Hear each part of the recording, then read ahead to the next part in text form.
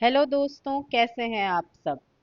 तो मौसम बहुत अच्छा हो रहा है, हल्की हल्की बारिश हो रही है और ऐसे मौसम में हमारा मन करता है कि बस चाय पकौड़े खा करके ना आराम करने का, और पढ़ने का बिल्कुल भी मन नहीं करता है। लेकिन पढ़ना तो है, 13 सितंबर को एग्जाम है। तो इस प्रॉब्लम को सॉल्व करते हुए हम आपके लिए एक नई सीरीज लेकर के आए हैं, जो कि है 10 to 15 मिनट सीरीज, जिसमें हम जो सबसे हाई यील्डिंग टॉपिक्स हैं, सबसे ज़्यादा इंपॉर्टेंट टॉपिक्स हैं, उसको जल्दी जल्दी कवर करेंगे। तो पहला टॉपिक है हमारा आज का एंशियंट हिस्ट्री का, बुद्धिज्म। तो बुद्ध के बारे में बात करते हैं। तो बुद्ध का जो जन्म था, उनका नाम था सिद्धार्थ। सिद्धार्थ नाम से उनका जन्म हुआ था। कहाँ हुआ था? 563 बीसी में हुआ था, लुम्बिनी में, जो कि अभी नेपाल में है, शाक्या क्लैन में। तो एक एक पॉइंट जो यहाँ लिखा है ना, वो हर एक पॉइंट आपके एग्जाम में पूछा जा सकता है, इस बात का ध्यान रखिएगा। सुद्धोधन इनके पिता थे, महामाया इनकी माता थी, जो बर्थ मदर थी। लेकिन बाद में महामाया की मृत्यु के बाद प्रजापति गौतमी, जो इनकी मौसी हैं, वो इनको बड़ा करती हैं, और इन्हीं के नाम पर आगे चल के इनका नाम जो है वो गौतम बुद्ध रखा जाता है। उसके बाद इनकी शादी हो जाती है, इनकी वाइफ है यशोधरा, और इनको एक बेटा भी होता है जिसका नाम होता है राहुल। लेकिन 29 साल की उम्र में जब उनको एक ओल्ड व्यक्ति दिखा, एक डेड बॉडी दिखा, एक सिक व्यक्ति दिखा, और एक एसेटिक यानी कि एक सन्यासी दिखा, उसके बाद ये डिसाइड करते हैं कि हम सन्यास ले लेंगे, और ये अपना घर द्वार छोड़ करके चले जाते हैं 29 साल की उम्र में, जिसको हम महाभिनिष्क्रमण के नाम से जानते हैं। तो जब ये भटक रहे होते हैं घर छोड़ने के बाद, उसके बाद इनको चार नोबल ट्रूथ्स, चतुर आर्य सत्यानी का जो एहसास है, वो होता है कि जीवन के चार सत्य हैं। पहला है दुख यानी कि सॉरो, दूसरा है दुख समुदाय यानी सॉरो का रीजन यानी हमारे डिजायर्स, हमारी इच्छाएं, तीसरा है दुख निरोध, इन दुखों से मुक्ति पाई जा सकती है, निरोध पाया जा सकता है, और चौथा है कैसे पाया जा सकता है, तो अष्टांगिक मार्ग। तो अब इस अष्टांगिक मार्ग में इन्होंने क्या कहा? Right view, right intention, right speech, right action, right livelihood, right effort, right concentration और राइट माइंडफुलनेस। इससे सवाल नहीं पूछे जाते हैं, तो आप बस ध्यान में रखिएगा कि अगर आ गया तो एलिमिनेट करके एटलीस्ट आप आंसर पे पहुंच सके। नेक्स्ट कुछ और बातें कही बुद्ध ने, जैसे कि प्रतीत्व समुत्पाद यानी डॉक्ट्रिन ऑफ डिपेंडेंट ओरिजिनेशन, की कॉज इफेक्ट होता है, कोई भी चीज इंडिपेंडेंट नहीं होता है, हर चीज का यहाँ पर जो है कोई ना कोई कॉज होता है। तो इसको हम क्या बोल सकते हैं? प्रतीत्व समुत्पाद को डिपेंडेंट ओरिजिन। नेक्स्ट इन्होंने अनात्मा की बात की, नो सोल, बुद्ध जो है वो सोल में नहीं मानते थे। अहिंसा की बात की, नॉन वायलेंस, और करुणा की बात की यानी कंपैशन। इसके बाद बात करते हैं कि बुद्ध जो है वो, उनको ज्ञान की प्राप्ति कैसे होती है। ये सब जब ये कर रहे होते हैं, इसी बीच में इनको 35 साल की उम्र में मेडिटेशन करते हुए ज्ञान की प्राप्ति होती है। कहाँ? तो उरुवेला में, जिसको अब हम बोध गया के नाम से जानते हैं। कौन सी नदी के तट पर? तो निरंजना नदी के तट पर, जो आगे चल के मोहना नदी से मिल करके फल्गु नदी बनती है। इसके बाद इन्होंने अपना पहला सरमन दिया था। कहाँ दिया था? तो सारनाथ में इन्होंने अपना पहला सरमन दिया था, और ये सारनाथ में एक डियर पार्क में दिया था। तो ये भी याद रखेंगे कि सारनाथ में एक डियर पार्क में इन्होंने अपना सरमन दिया था। पांच शिष्य थे इनके, या पांच दोस्त थे, मित्र थे, जिनको इन्होंने अपना सरमन दिया था। उसके बाद इनकी मृत्यु हो जाती है कुशीनारा या कुशीनगर में, जो यूपी में पड़ता है, जिस इंसिडेंट को हम महाभिनिष्क्रमण के नाम से जानते हैं। और ये जो फर्स्ट सरमन है, इसको हम धर्म चक्र प्रवर्तन कहते हैं। तो ये क्वेश्चन भी आपसे पहले पूछा जा चुका है कि बुद्ध का पहला धर्म चक्र प्रवर्तन जो था वो कहाँ हुआ था? तो वो सारनाथ में हुआ था। इसके बाद मृत्यु के बाद अब लड़ाई होने लगती है कि बुद्धिज्म को कौन लीड करेगा। तो उसके लिए कुछ काउंसिल्स होते हैं। तो 483 बीसीई में ही जो इनका डेथ है, 483 बीसीई में हुआ है, और उसी टाइम पर हम देखते हैं कि पहला बुद्धिस्ट काउंसिल जो है वो ऑर्गेनाइज होता है। कहाँ? तो ये अजात शत्रु के नेतृत्व में इसको ऑर्गेनाइज किया जाता है राजगृह में। इसको प्रिसाइड करते हैं महाकश्यप, और यहाँ पर बुद्धिज्म की दो सबसे इंपॉर्टेंट लिटरेचर, विनय पिटक और सुत्त पिटक का निर्माण होता है। तो विनय पिटक को उपाली लिखते हैं, और सुत्त पिटक को आनंद जो है वो लिखते हैं। विनय पिटक में क्या देखते हैं हम? तो रूल्स हैं, और सुत्त पिटक में क्या है? तो टीचिंग्स हैं। इस बात का भी हम ध्यान रखेंगे। फिर सेकेंड काउंसिल होता है काल अशोक के नेतृत्व में, वैशाली में। सबकामी इसको प्रिसाइड करते हैं, और यहाँ पर हम देखते हैं कि लड़ाई होती है बुद्धिज्म के दो अलग अलग डिसिप्लिन के बीच में।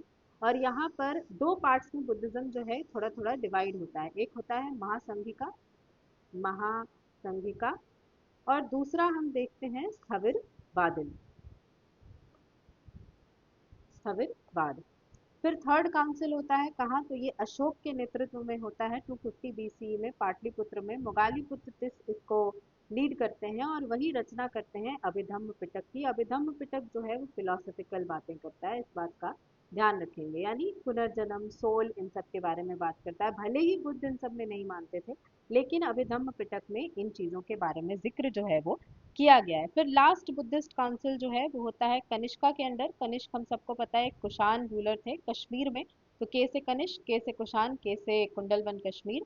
दो प्रेसिडेंट्स हैं इसके, वसुमित्र इसके प्रेसिडेंट हैं और अश्वघोष इसके वाइस प्रेसिडेंट हैं। और यही अश्वघोष हैं जिन्होंने आगे चल करके बुद्ध चरित्र यानी बुद्ध के बायोग्राफी का की जो रचना है वो की है। और यहाँ पर फाइनली ये जो स्थविरवादन और ये महासंघिक था वो बट करके हो जाता है हीनयान और महायान। तो हम बात कर रहे थे बुद्धिस्ट लिटरेचर की, तो तीन तरीके का लिटरेचर हमको देखने को मिलता है। पहला त्रिपिटक, दूसरा जातक और तीसरा जो है वो मिलिंद पन्नु। तो त्रिपिटक में विनय पिटक जिसमें रूल्स हैं, सुत्त पिटक जिसमें बुद्ध के सूत्र हैं यानी टीचिंग्स हैं, और अभिधम्म पिटक यानी जिसमें फिलोसफिकल बातें की गई हैं। फिर है जातक जो बुद्ध के प्रीवियस बर्थ के बारे में बात करता है, जातक कथाएं, ये भी आपसे सवाल पूछा जा चुका है। एंड लास्ट है मिलिंद पन्नु, इसकी रचना जो है वो नागसेन ने की थी। अब नागसेन एक इंडो ग्रीक राजा थे मिनेंडर, जिनको हम मिलिंद के नाम से भी जानते हैं। तो उनके और नागसेन के बीच में जो बातें हुई थी उसको रिकॉर्ड किया था इन्होंने मिलिंद पन्नों में। और सेक्ट्स ऑफ बुद्धिज्म की बात करें तो हीनयान यानी लेसर व्हीकल जो ऑर्थोडॉक्स सेक्ट है, महायान यानी ग्रेटर व्हीकल जो थोड़ा लिबरल सेक्ट है, और वज्रयान यानी तांत्रिक बुद्धिज्म जिसमें माँ तारा की पूजा होती है, ये हम इसमें देखते हैं। आर्किटेक्चर की बात करें तो बुद्धिज्म में स्तूपा आर्किटेक्चर हमको देखने को मिलता है, अलग अलग जगहों पे स्तूप हैं। रॉक कट केव्स हैं, हम देखते हैं कि बहुत सारे केव्स हमको अजंता एलोरा में देखने को मिलते हैं। स्टैचूज हैं, बुद्ध का सबसे पहला स्टैचू, फर्स्ट स्टैचू जो बना था बुद्ध का, वो मथुरा स्टाइल में बना था। तो मथुरा और गांधार दो शैलियां हैं, अमरावती स्टाइल भी है। मथुरा स्टाइल में इनका पहला स्टैचू बना था। लेकिन हम देखते हैं कि ज्यादा स्टैचूज किसमें मिलती हैं, तो गांधार स्टाइल में।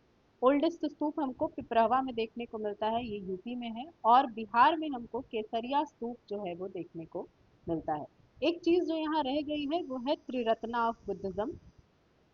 त्रिरत्ना ऑफ बुद्धिज्म, तो ये त्रिरत्न में हम किन चीजों के बारे में बात करते हैं, तो सबसे पहले हैं त्रिरत्न में बुद्धा, दूसरा है धम्मा, और तीसरा है संघ। यानी ये तीन पिलर्स हैं जिसके बिना जो हमारा कह सकते हैं हम कि बुद्धिज्म नहीं चल सकता है। तो सबसे पहले तो बुद्ध, बुद्ध यानी कि सबसे इम्पोर्टेंट जो टीचिंग्स दे रहे हैं वो।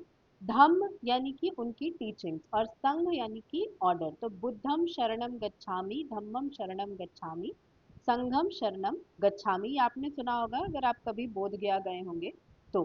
तो ये हमारे लिए इम्पोर्टेंट हो जाता है। और एक चीज और जो जिस पे क्वेश्चन पूछा जाता है वो है फ्यूचर बुद्धा, कि अगला जो बुद्धा का जन्म होगा उनका नाम क्या होगा, तो उनका नाम होगा मैत्रेय बुद्धा। तो ये सब चीज़ें जो हैं वो हमारे लिए इम्पोर्टेंट है एग्जाम पॉइंट ऑफ व्यू से। अगर ये पीडीएफ आपको चाहिए तो ये आपको हमारे टेलीग्राम चैनल पे मिल जाएगा। और एक चीज और जो हमारी रह जाती है वो बुद्ध के से रिलेटेड सिंबल से पूछा जाता है। तो बुद्ध का जन्म जो था उसको हम लोटस से दिखाते हैं, यानी बर्थ लोटस।